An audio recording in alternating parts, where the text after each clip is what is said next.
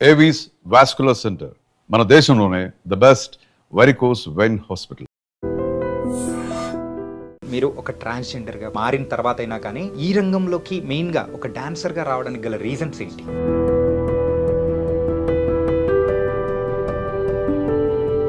నేను ఆ ప్రోగ్రామ్ చూసి నేను కూడా ఇట్లా ఇంతమంది జనాల్లో నేను కూడా కనబడాలి కదా అనే పట్టుతో నేను ప్రోగ్రామ్ నేర్చుకున్నాను సార్. మీరు ఒక డాన్సర్గా అయితే ప్రస్తుతం మరి ముందుకు దూసుకెళ్తున్నారు. డాక్టరేట్ సాధించడం అనేది కూడా చాలా కష్టం. సో మీరు ఆ డాక్టరేట్ అనేది కూడా సాధించుకొని ఎంతో మందికి ఆదర్శంగా కూడా ముందుకెళ్తున్నారు. అది ఎలా సాధ్యం? నేను ఎటువంటి వేరే ఆలోచన ఏం పెట్టుకోకున్నట్లా భజనే నా జీవితం అనుకొని గురువులకు నమ్ముకొని నన్ను ఆదరిస్తున్న ఫాలోవర్స్ అందరి నుంచి నేను ఈ పేరు సంపాదించుకొని వాళ్ళు ఆదరిస్తున్నందుకు నేను డాక్టరేట్ సంపాదించుకున్నాను సార్. పూర్వకాలం నుంచి ఎప్పటి నుంచో మనం చూస్తుంటాం చెక్క భజన అనేది ఫేమస్.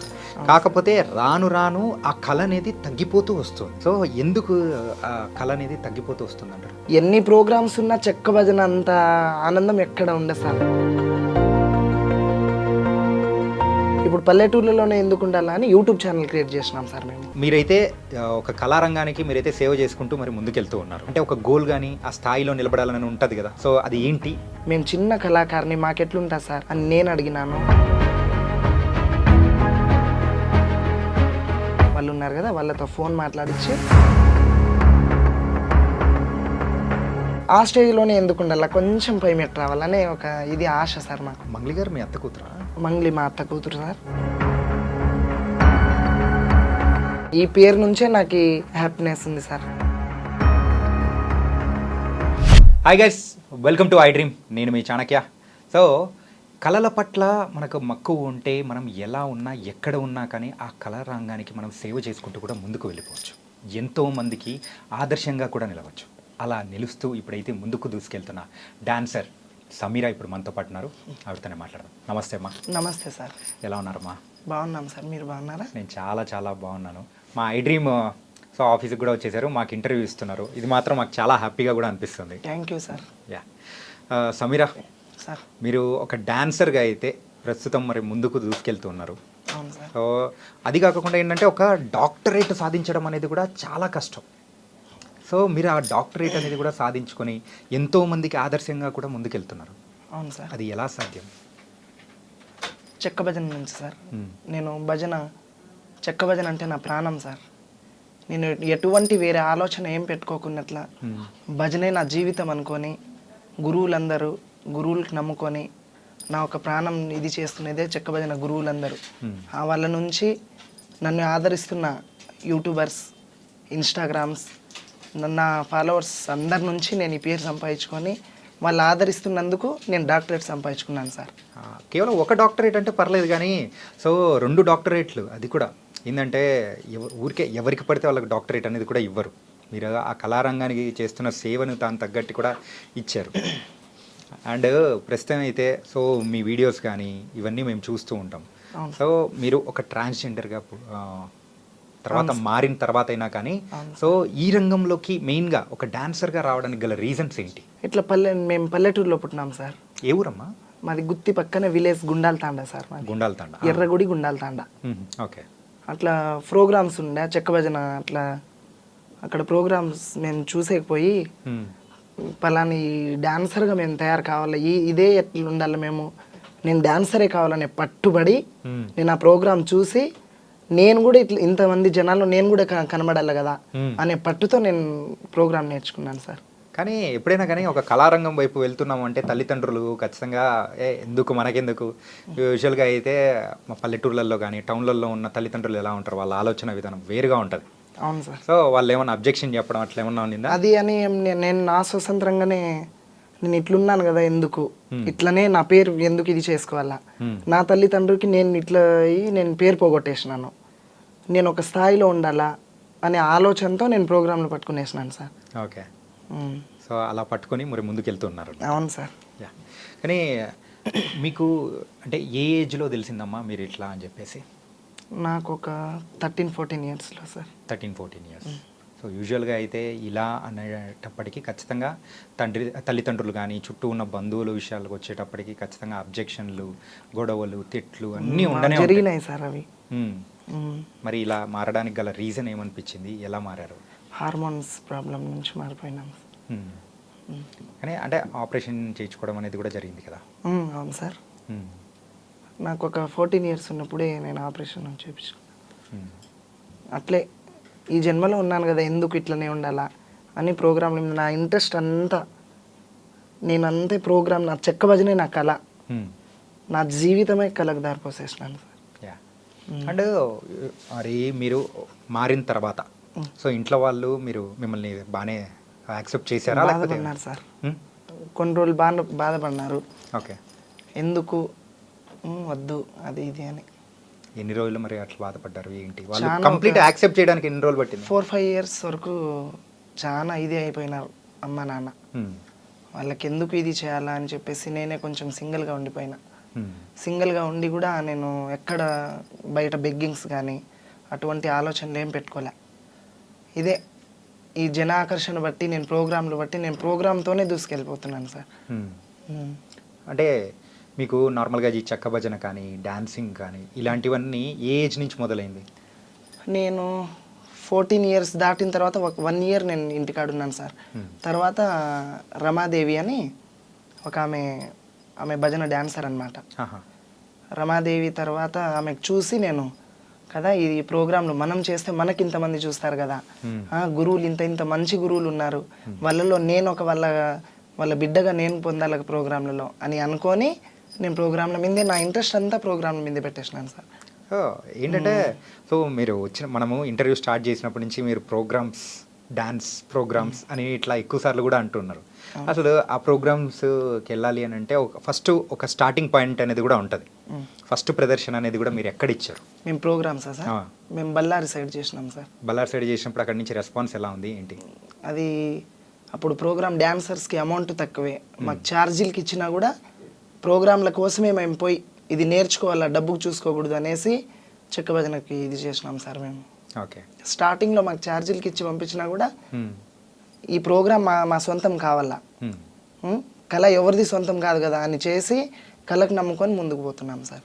కానీ ఓన్లీ ఛార్జీలకు ఇచ్చారంటే మరి తినడానికి మరి అయితే సర్వైవ్ ఏదో నా జీవితం నేను అట్లనే గడుపుకుంటా నేను ప్రోగ్రాంల కోసమే ఇది చేసినాను సార్. అది ఆ టైంలో మీకు హెల్ప్ చేయడాలు ఎవరైనా హెల్ప్ చేసిన వాళ్ళు ఎవరైనా ఉన్నారా? ఇప్పుడు మామూలుగా చెక్క భజన గురువులే ఉన్నారు. గురువుల నుంచే మేము బ్రతుకుతున్నదే చెక్క భజన గురువుల నుంచి సార్. మాకు ఎటువంటి మేము ఎక్కడ ఏం పనికి వెళ్ళలేము, ఎక్కడ పోలేము, మేము చెక్క భజన గురువుల నుంచే మేము డాన్సర్స్గా అయి మేము బ్రతుకుంటున్నాం సార్. ఏది ఉన్నా మంచి చెడు ఉన్నా మేము చెక్క భజన ఫీల్డ్ నుంచే వాళ్ళ గురువుల నుంచే మేము బతుకుంటున్నాం సార్. ఓకే. యూజువల్గా అయితే చెక్క భజన అంటే మన రాయలసీమ సైడ్ కానీ అటు సైడ్ కానీ ఎక్కువ చూసామంటే పూర్వకాలం నుంచి ఎప్పటి నుంచో మనం చూస్తుంటాం చెక్క భజన అనేది ఫేమస్. కాకపోతే రాను రాను ఆ కళ అనేది తగ్గిపోతూ వస్తుంది. అవును సార్. సో ఎందుకు ఆ కళ అనేది తగ్గిపోతూ వస్తుంది అంటారు? అది చెక్క భజన నుంచి ఇప్పుడు కోలాటాలు అయినాయి సార్. కోలాటం నుంచి అది డ్రామాలు అవి ఇవి అవుతున్నాయి కదా. ఎక్కడో మారుమూల పల్లెటూర్లలో ఉంది చెక్క భజన. ఎన్ని ప్రోగ్రామ్స్ ఉన్నా చెక్క భజన అంత ఆనందం ఎక్కడ ఉండదు సార్. అది మా పట్టు. చెక్క భజనలో ఇంత ఇది ఉన్నారా, ఇంతమంది చూస్తున్నారు కదా మమ్మల్ని, మేము ఈ స్టేజ్లోనే ఎందుకు ఉండాలా, ఇప్పుడు పల్లెటూర్లలోనే ఎందుకు ఉండాలా అని యూట్యూబ్ ఛానల్ క్రియేట్ చేసినాం సార్ మేము. ఓకే. యూట్యూబ్ ఛానల్ క్రియేట్ చేసి 1కి 2 ఛానల్ క్రియేట్ చేసినాం. మాకు చాలా మంది ఫాలోవర్స్, సబ్స్క్రైబ్స్ చాలా మంది ఉంటే ఇంతనే చూస్తున్నారు కదా, మనం పై స్థాయికి పోవాలా అనే పట్టు ఉంది సార్ మాకు. ఓకే.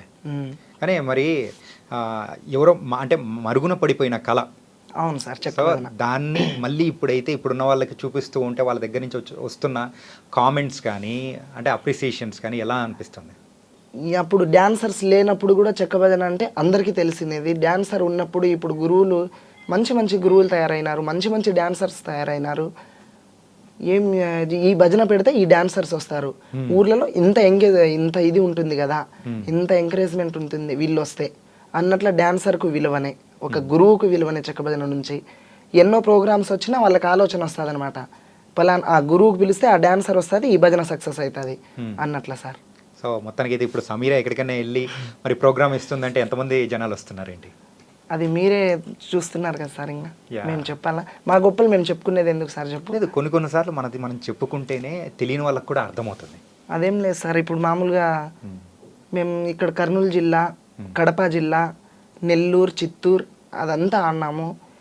ఇప్పుడు లాస్ట్లో ఎక్కువ కడప జిల్లాలో ఉన్నంత ప్రోగ్రామ్స్ ఎక్కడ లేవు అనమాట. ఓకే. రాయచోటి సైడు చాలా ప్రోగ్రామ్స్ ఉంటాయన్నమాట. 3-4 నెలలు కంటిన్యూ జాతరలు జరుగుతాయి సార్ అక్కడ. ఏమి లేని డాన్సర్, ఏం తినేకి లేని డాన్సర్ కూడా ఆ 3-4 నెలల్లో బాగానే సంపాదించుకొని బాగానే ఉండొచ్చు సార్. అన్ని ప్రోగ్రామ్స్ ఉంటాయి అక్కడ. అంత గౌరవంగా చూస్తారు గురువులు కూడా. ఒక డాన్సర్ వచ్చిందంటే వాళ్ళ తోబుట్టిన కూతురు లెక్క, వాళ్ళ చెల్లెల లెక్క చూసుకొని ఇది చేస్తారనమాట. ఏ ఏరియా గురువులైనా మేము బతుకుతున్నదే గురువుల నుంచి. నిజం మీరు సార్. నాకు అర్థమవుతుంది ఏంటంటే మీ గురువుల్ని మీరు ఎంత రెస్పెక్ట్ ఇస్తున్నారో దాని తగ్గట్టే మీ మాటల్లోనే అర్థమవుతుంది అనమాట. అండ్ అది కదమ్మా, ఏంటంటే యూజువల్గా చెక్క భజన కానీ ఏదైనా ఏ కళారంగం అనేది కూడా తీసుకున్నా కానీ సో మగవాళ్ళు ఆడవాళ్ళు అట్లా అని చెప్పేసి ఉంటుంది. కాకపోతే ఇలా మరి థర్డ్ జెండర్ వాళ్ళు వస్తున్నారు అని అంటే అలా లోపల ఉన్న వాళ్ళు కూడా మరి బాధ పెట్టిన విషయాలు కానీ ఇలాంటివన్నీ చాలా వరకు జరిగే ఉంటాయి కదా. మాకి అలాంటి బాధలు మాకు ఎప్పుడు మాకు చూపిలాగా ఇప్పుడు మాకు పిలుస్తున్న వాళ్ళే కదా మాకు బాధ పెట్టాల్సింది. అవును. మాకు అట్లా చూడలే సార్. అందరికీ సరి సమానంగా చూసినారు వాళ్ళు. ఏదన్నా ఒక మనిషి మాకు ఇట్లా బాధ పెడుతుంటే కదా మేము బాధపడుతున్నాము అనే ఈ కళలో మేము పోతున్నామంటే వాళ్ళు ఎంకరేజ్ చేస్తేనే మేము పోతాం. మేము ఒక్కరే మేము సాధించుకోలేం కదా సార్. గురువులు ఉండాలా, మా గురువుల తరపున నుంచి మాకు ఎంకరేజ్ చేసే ప్రజలు ఉండాలా. ఆ ప్రజల నుంచి మేము ఈ స్థాయికి పోతున్నాం సార్. ఓకే. మొత్తానికైతే మిమ్మల్ని అంత అంటే అలా ఎంకరేజ్ చేశారు కాబట్టి ఈ డాన్సర్ ఇట్లా అని చూడరు అనమాట. మాకు ఎటువంటి అందరినీ ఒకటే మాదిరిగా చూస్తారు వాళ్ళు. ఓకే. కానీ ఏంటంటే మీరు ఎంతో మందికి ఇన్స్పిరేషన్ అమ్మా.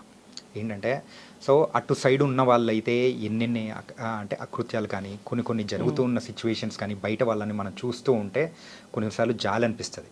కానీ వాళ్ళతో మాకు సంబంధం లేదు అని అనుకొని మీరు మీకంటూ ఒక సొంత పాత్ అనేది క్రియేట్ చేసుకుని వెళ్తున్నారు చూసారా. సో అట్లాంటి వాళ్ళకు మీరేం చెప్పాలనుకుంటున్నారు సార్? అలాంటి వాళ్ళకు మీరేం చెప్పాలనుకుంటున్నారు? అదేం లేదు సార్, మేము ప్రోగ్రాంలలో మాకు ఇట్లా పేరుంది ఏంది మీరు ఏం చెక్కబదనే వేరే ప్రోగ్రామ్స్ పిలుస్తారు మాకు వాళ్ళు. వేరే ప్రోగ్రామ్ పిలిస్తే మేమేమంటాము, ఏంది మీరు ఈ ప్రోగ్రాంలకే ఇది చేస్తారా, మీరు మామూలుగా డీజేకి వెళ్ళరా, మీరు పెళ్లి ప్రోగ్రాంలకు వెళ్ళరా, అట్లా ఇది చేసేటోళ్ళు ఉంటారు. ఇప్పుడు మంచోళ్ళు ఉంటారు, చెడ్డోళ్ళు ఉంటారు. జన ఆకర్షణ అంటే మనకు తెలియదేం లేదు. ఇప్పుడు మనం ఈ స్టేజ్లో ఉన్నామంటే మంచి చెడ్డ చూసుకొని వచ్చింటాం అనమాట. ఇప్పుడు వాళ్ళే ఇది చేస్తున్నారు, వాళ్ళు మమ్మల్ని హేళన చేస్తున్నారని మేము పట్టించుకోలేదు సార్ ఎప్పుడు కూడా. మాకి అందరితో పాటు సరి చూసుకుంటున్నారు. ప్రతి వాళ్ళకి కూడా మేము శిరస్సు ఉంచి నమస్కరిస్తున్నాం. ఎందుకు అని అంటే ఇట్లా సమీరా అంటే ఒక చిన్న పల్లెటూరులో పుట్టినాను సార్ నేను. ఇట్లా డాన్సర్ సమీరా అంటే నేను చాలా చిన్న పల్లెటూరులో పుట్టిన. అట్లా క్యాషో డోల్ మాస్టర్లు ఎక్కడో ప్రోగ్రాం పోతుంటే మాకెక్కడో కనిపించి గుత్తిలో కనిపించి ఇట్లా రండి మీరు ఆడపిల్లలకు ఉన్నారు ఎందుకు ఈ జీవితంలో అని చెప్పి మాకు తోలుకొని పోయి ఇదిగా చూసుకున్నారు సార్ వాళ్ళు. వాళ్ళ నుంచి మేమేం ఎటువంటి మేము రిమార్క్ కాలే, వాళ్ళు మాకు రిమార్క్ చూడలే. సో ఇప్పటివరకు అట్లాంటి వివక్ష కానీ ఎక్కడ ఏం మీకైతే ఎదురు కాకుండా లేదు సార్. కానీ ఒక విషయం మీలో అదృష్టం ఏంటంటే సో ఇలా వచ్చిన వాళ్ళు ఎవరైనా కానీ కొన్ని తప్పుడు మార్గాల్లో వెళ్ళిపోవడం కానీ సో బయట అన్నీ జరుగుతూ ఉన్నా కానీ అట్లా లేకోకుండా కానీ సో మీరు ముందుకు వెళ్తున్నారు చూసారా, దానికి మాత్రం నిజంగా అప్రిషియేట్ చేయాలమ్మా. Thank you sir. నిజంగా సూపర్. అండ్ సో ఇప్పుడు మీరైతే ఒక కళారంగానికి మీరైతే సేవ చేసుకుంటూ మరి ముందుకెళ్తూ ఉన్నారు. సో ఒక గోల్ అనేది ఉంటుంది. సో నేను ఎప్పటికైనా కానీ అలా నిలబడాలి, సో ఆ స్థాయిలో ఉండాలి అని చెప్పేసి పక్కా అనుకుంటారు. మీకు కూడా అదే అంటే ఒక గోల్ కానీ ఆ స్థాయిలో నిలబడాలని ఉంటుంది కదా, సో అది ఏంటి? ఆయన భిక్షు నాయక్ అని ఉన్నారు, మంగ్లీ మా అత్త కూతురు సార్. ఆమెకు తీసుకొచ్చిన ఆయన భిక్షు నాయక్. ఓ మంగ్లీ గారు మీ అత్త కూతురా? ఓకే. ఆయన డైరెక్టర్ మురళీ మధు అన్న వాళ్ళు ఉన్నారు కదా, వాళ్ళతో ఫోన్ మాట్లాడించి నాకు ఇట్లా మీరు ఈ విధంగా ఉన్నారు కదా, మీరు టీవీలోకి వచ్చే ఛాన్సెస్ ఉంటాయి, రావాలి మీరు అని అంటే, మేము చిన్న కళాకారిని మాకెట్లుంటా సార్ అని నేను అడిగినాను. లేదు మీ దాని గురించి మీరే చెప్పుకోవడం ఎందుకు, మీరు రండి హైదరాబాద్కి అని చెప్పి ఇంటర్వ్యూకి పిలిచింటే మేము ఒక్కసారి వచ్చి దీనిల గురించి తెలియజేసుకుంటున్నాం సార్. మా గోల్ అనేది అదే, ఆ స్టేజ్లోనే ఎందుకు ఉండాలి, కొంచెం పై మెట్టు రావాలనే ఒక ఇది ఆశ సార్ మాకు. ఆశ ఏంటంటే మనం ఒక కళలు కనాలి, ఆ కళలు నెరవేర్చుకోవాలంటే ఆ పట్టుదల కూడా ఉండాలి. కానీ అది మీలో ఎక్కువగా కూడా ఉందమ్మా. Thank you sir. అండ్ అలాగే మన మంగ్లీ గారు మీ అత్త కూతురు అని చెప్పేసి అన్నారు కదా, సో తర్వాత ఇప్పుడైతే మంగ్లీ గారు అంటే ఒక ఫేమస్ సింగర్గా అయ్యారు, మీరు కూడా ఒక కళారంగం నుంచే ఉన్నారు. ఎప్పుడైనా మీట్ అవ్వడం కానీ మాట్లాడడం కానీ అవుతాం సార్. మామూలుగా ఊర్లోకి వస్తే ఆమె మా అత్త కూతురే సార్. వాళ్ళ తమ్ముడు శివ మ్మ్. మాకు కాంటాక్ట్లో ఉంటాడనమాట. మ్మ్. సత్య వాళ్ళ చెల్లెలు. మేమంతా మా అక్క వాళ్ళందరూ ఒక క్లాస్మేట్ అనమాట. ఓకే. మాకు తెలిసిపోతుంది అనమాట. వాళ్ళ అమ్మ నాన్నలు మా ఊరికి వస్తుంటారు, మా ఇండ్లకు వస్తుంటారు. అత్త కూతురు అంటే ఇంకా మాకు రిలేటివ్స్ కదా, తెలిసిపోతా సార్. మామూలుగా మాట్లాడతాం, కలుస్తాం, చేస్తాం. చెక్క భజన కానీ ఇలాంటివన్నీ చేస్తున్నారు. సో మీరు కూడా ఏంటంటే ఒక ముందుకు వెళ్ళాలి అని అనుకున్న వాళ్ళు, సో ఒక డాన్సర్గా ముందుకెళ్తున్నారు. ఒక ప్రైవేట్ ఆల్బమ్ సాంగ్స్ కూడా చేయాలని మీకు కూడా అనిపించి ఉంటుంది కదా? అనిపించి ఉంటుందంటే అంత ఇది ఉండదు కదా మనతో అనే భయం పుడుతుంది సార్ కొంచెం. ఇప్పుడు ఎప్పుడు చూడని దానికి చూసేకి వెళ్తే మనకు కొంచెం ఇది అవుతుంది కదా. యా. సో ఏం లేదు, ఎందుకు అడుగుతున్నా అంటే ఆల్రెడీ మంచి మంచి సింగర్స్ మీ ఇళ్ళలోనే ఉన్నారు ఆల్రెడీ. మంగ్లీ గారు కానీ, సో వాళ్ళ చెల్లెలు సత్య గారు కానీ ఆల్రెడీ మంచి సాంగ్స్ పాడుతూ ముందుకెళ్తూ ఉన్నారు. మేము లంబాడి కదా సార్. అయితే ఉందమ్మా.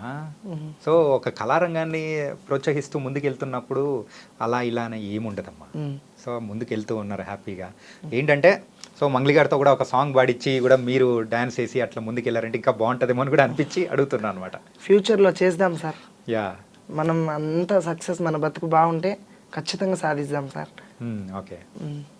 అండ్ మీకు డాక్టరేట్స్ అనేది కూడా వచ్చాయి. అండ్ సో ఒక డాక్టర్, మరి మీ పేరు ముందు కూడా ఒక డాక్టర్ అనేది కూడా పెట్టుకునేంత అర్హత అనేది కూడా సాధించుకున్నారు. సో మీరు ఏం చదువుకున్నారు? నేను 9th క్లాసే చదువుకున్నాను సార్. 9th class. ఎందుకు ఆపేశారు చదువు అనేది కూడా? ఏదో నాకు ఇంట్రెస్ట్ పుట్టేలా, నా హార్మోన్స్ ప్రాబ్లం అయ్యి నేను అటు వెళ్ళిపోయినాను. కానీ చదువు అంటే నాకు ఇంట్రెస్ట్ లేదు సార్. ఓకే. చదువు అనేది ఇంట్రెస్ట్ లేకుండానే ఆపేసి ఈ కళారంగంలో అయిపోయిన తర్వాత. ఓకే, నైస్ మా. ఏంటంటే సో మీరు ఇంత చేస్తూ ముందుకెళ్తూ ఉన్నారు. సో కానీ ఏంటంటే ఆ డబ్బు విషయంగా పరంగా కూడా ఎక్కడో ఒక చోట మనకు పడిన బాధలు అనేది కూడా ఉంటాయి కదా ప్రోగ్రామ్స్ లేని టైంలో.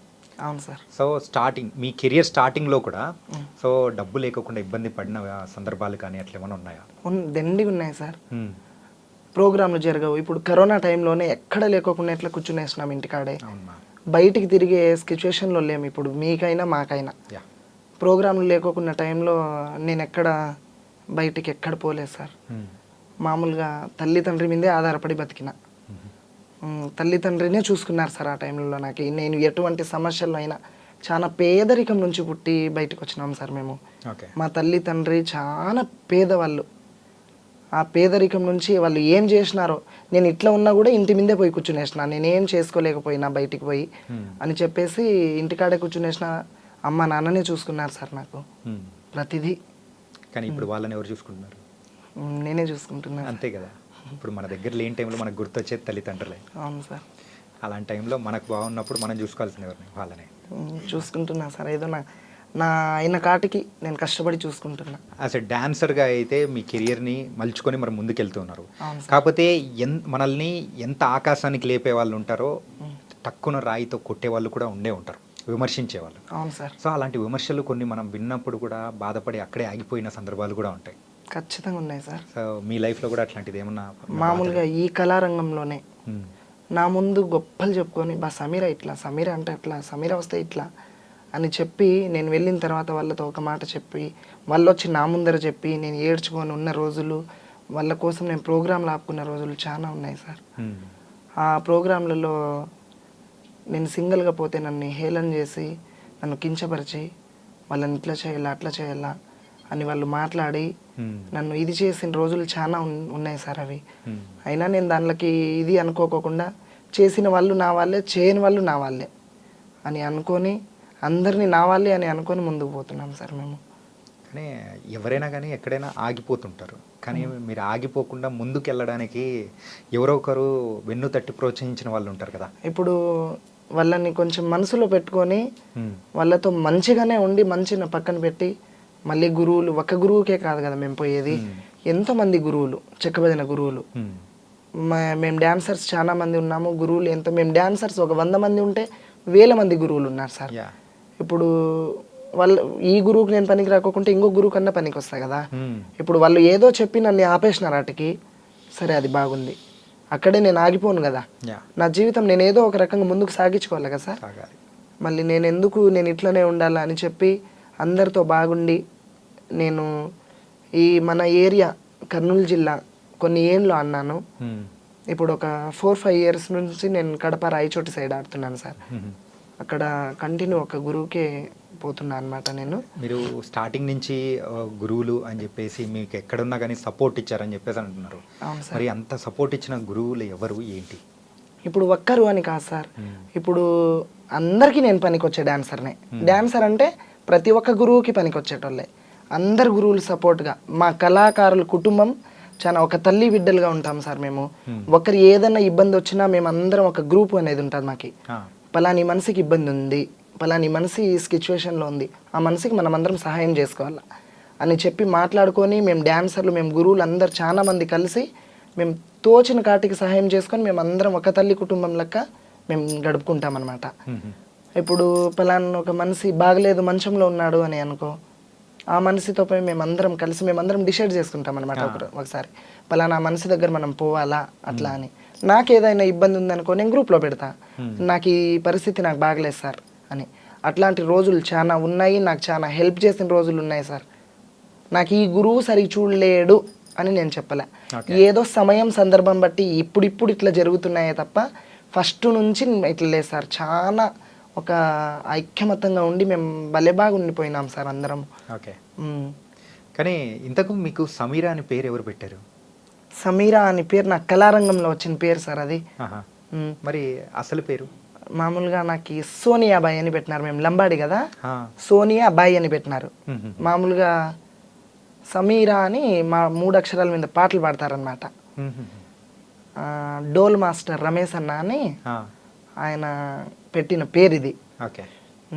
ఇట్లా రాంపల్లి సీను అన్న పాట పాడుతుంటే ఇట్లా సమీరా వచ్చింది సార్ అని చెప్పి వేరే పత్తికొండ సైడ్ విలేజ్లో అట్లా చెప్పి ఆయన పెట్టిన పేరు ఇది. ఓకే. ఈ పేరు నుంచే నాకు హ్యాపీనెస్ ఉంది సార్.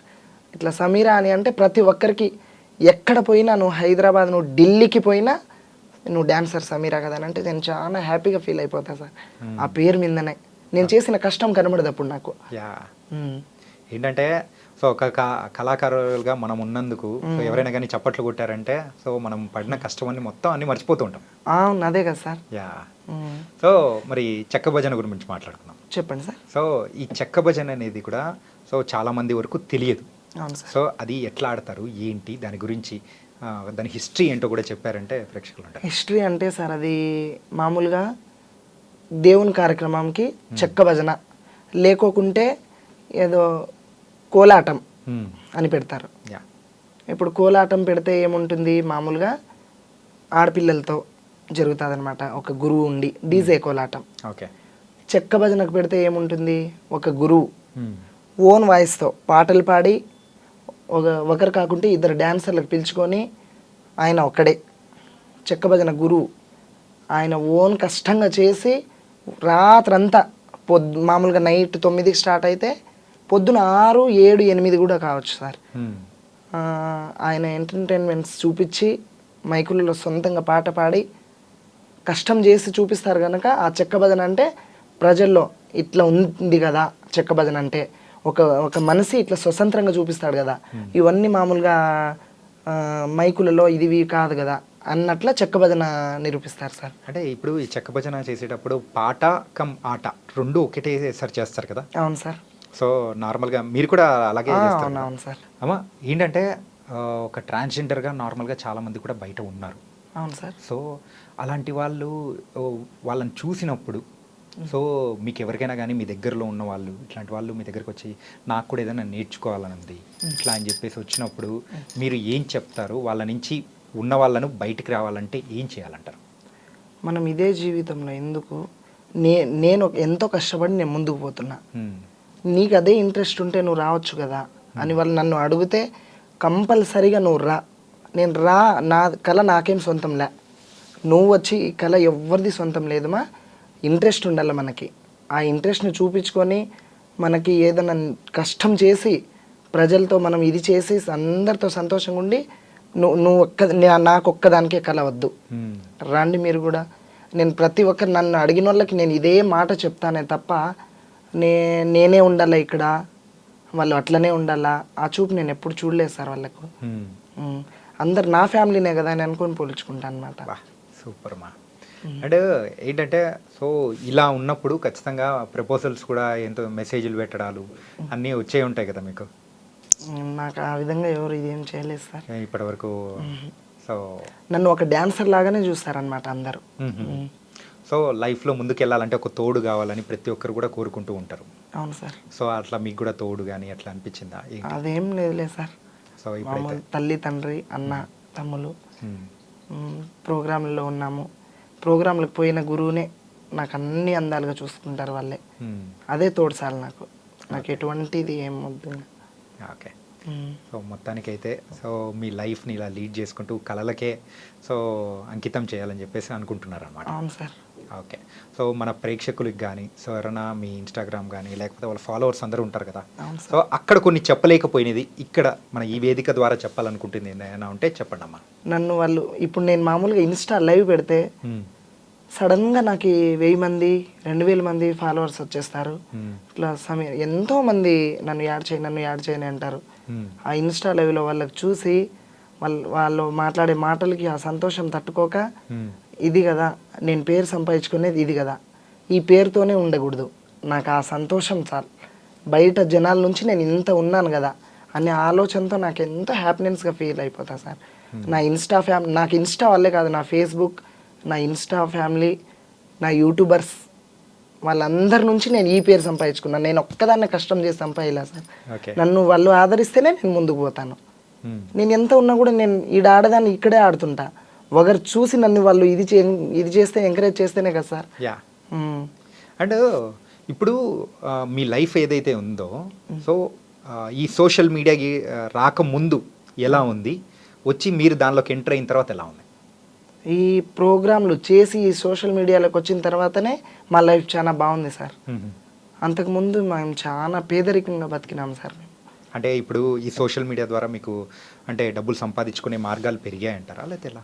సోషల్ మీడియా నుంచే కాదు, మేము చేస్తున్న కష్టం నుంచి ఈ సోషల్ మీడియాతో మా పేరు పక్కకు పోయి ఈ స్టేజ్లోనే కాదు, ఈ జిల్లానే కాదు, ఇంకొక జిల్లాలో కూడా పలానా డాన్సర్ రావాలా, ఈ ప్రోగ్రామ్ హైలైట్ ఉంటుంది, పలానా గురువే రావాలా. ఇప్పుడు మేము చేయాలంటే ఇట్లా రాయచోటి అశోక్ సమీరా ఉంటే ఈ ప్రోగ్రామ్ చాలా బాగుంటుందన్నమాట అని వాళ్ళు అడిగిన వాళ్ళ కాడపోయి వేరే వాళ్ళు చెప్పడం ఉంటుంది, చాలా ఉంటాయన్నమాట. అయినా అందరం ఒకటే అని కలిసికట్టుగా వెళ్ళిపోతాం ప్రోగ్రాంలలో మేము. ఓకే. మీరు ఇప్పటివరకు చేసిన ప్రదర్శనలలో మీకు బాగా హైలైట్ అనిపించింది, అరే నేను చేస్తున్నా కానీ ఇంతమంది వచ్చారా అని అనిపించిన ప్రోగ్రామ్ ఏదైనా ఉందా మీకు గుర్తుండిపోయే ప్రోగ్రామ్? అందరితో కలిసి మేము అందరితో ఒకేలా చేస్తాం సార్ ప్రోగ్రామ్. ఈ గురువుకి ఇట్లా, ఈ గురువుకి అట్లా మేము చేయమన్నమాట. పర్టికులర్గా ఒక ప్లేస్లో మీరు వెళ్ళి ప్రదర్శన ఇచ్చేటప్పుడు కానీ సో ఇప్పుడు ఫర్ ఎగ్జాంపుల్ రాయచోట్లో నేను వెళ్ళినప్పుడు అన్నా ఇట్లా చాలామంది వచ్చారు, ఇలా జరిగింది, సో నా లైఫ్లో ఇలా జరుగుతుందని అనుకోలేదని సందర్భాలు ఉంటాయి కదా. అవును సార్. సో అలా మీ లైఫ్లో గుర్తుండిపోయిన సందర్భం ఏదైనా? అదేం లేదు సార్, ఇక్కడ మామూలుగా ఇక్కడ ఆడుతున్నాను, రాయచోటి సైడ్ పోయినాకనే ఆ పేరు అనేది కొంచెం ఇది అయిపోయింది నాకు. ఈ అన్ని జిల్లాల్లో ఆడుతున్న కడప జిల్లా ఎక్కినాకనే కొంచెం ఆ జిల్లాలో ఆడుతున్నప్పుడే ఈ టీవీలలో రావడం, ఈ ఇంటర్వ్యూలు ఇవ్వడం అట్లా స్టార్ట్ అయింది. అక్కడ ఏమంటే సార్ ప్రోగ్రాంలు కాంబినేషన్స్ ఉంటాయి అన్నమాట, పోటీలు జరుగుతాయి, భజనలు. పోటీలు కూడా జరుగుతాయి అందులో? ఓకే. మామూలుగా ఒక జాతర జరుగుతుంటే 10-15 భజనలు ఉంటాయి. ఇప్పుడు మేము ఇక్కడ ఆడుతుంటే ఇంకొక భజన వచ్చి మాకు ఇక్కడ పోటీ పెట్టుకుంటారు, కోలాటం వాళ్ళు వచ్చి మాకు ఇక్కడ పెట్టేస్తారు, ఇంకొక భజన ఇక్కడ పెట్టేస్తారు, మధ్యలో మేము ఉండిపోతాం. వాళ్ళలో జయించుకొని రావాలా, ఇక్కడ జయించుకున్నాం కదా మేము సార్ మాకు ఇదే అన్నట్లుగా ఉంటుంది అనమాట మాకు. ఓకే. సో అట్లా జయించుకుంటూ కూడా ముందుకు వెళ్ళిపోతున్నారు అనమాట. అంటే భజనలలో కూడా ఇలా పోటీలు ఉంటాయని మాకు తెలియదు అనమాట. చాలా ఉంటాయి సార్. ఎంత పోటీగా ఆడినా కూడా మేము ప్రోగ్రామ్ అయిపోతే ప్రోగ్రామ్ వరకు ఎవరి ప్రోగ్రామ్ వాళ్ళు సక్సెస్ చేసుకోవాలనే ఉంటాం కదా. ఇప్పుడు ప్రోగ్రామ్ అయిపోతే మేము అందరం ఒక తల్లి పిల్లలాగే అందరం కలిసి ఎవరి ఇళ్ళకి వాళ్ళు వెళ్ళిపోతాం అనమాట. అది మాత్రం జరిగేదమ్మా. సో మొత్తానికైతే కొత్త కొత్త విషయాలు కానీ మాతో చాలా చక్కగా షేర్ చేసుకున్నారు. అండ్ అసలు డాన్సర్ సమీరా అంటే ఏంటి, ఎక్కడి నుంచి వచ్చారు అనేది కూడా మా ప్రేక్షకులకు చాలా చక్కగా వివరించారు. So thank you so much మా. Thank you sir. Yeah. So స్వశక్తి ఉంటే మనం ఎక్కడి నుంచైనా ఏదైనా సాధించగలము అని చెప్పేసి మరి ఇక్కడ సమీరా గారు కూడా చెప్పేశారు. సో అది కూడా 2 డాక్టరేట్లు కూడా తను తెచ్చుకున్నారనమాట. సో ఇలాంటి గొప్ప వ్యక్తిని చూసి ఎంతోమంది కూడా మారాలని కూడా తను అనుకుంటున్నారు, మనం అందరం కూడా కోరుకుందాం. సో గైస్, ఇది వాళ్ళ ఇంటర్వ్యూ. మరో ఇంటర్వ్యూతో మళ్ళీ కలుద్దాం. అంతకు take care. This is your Chanakya. See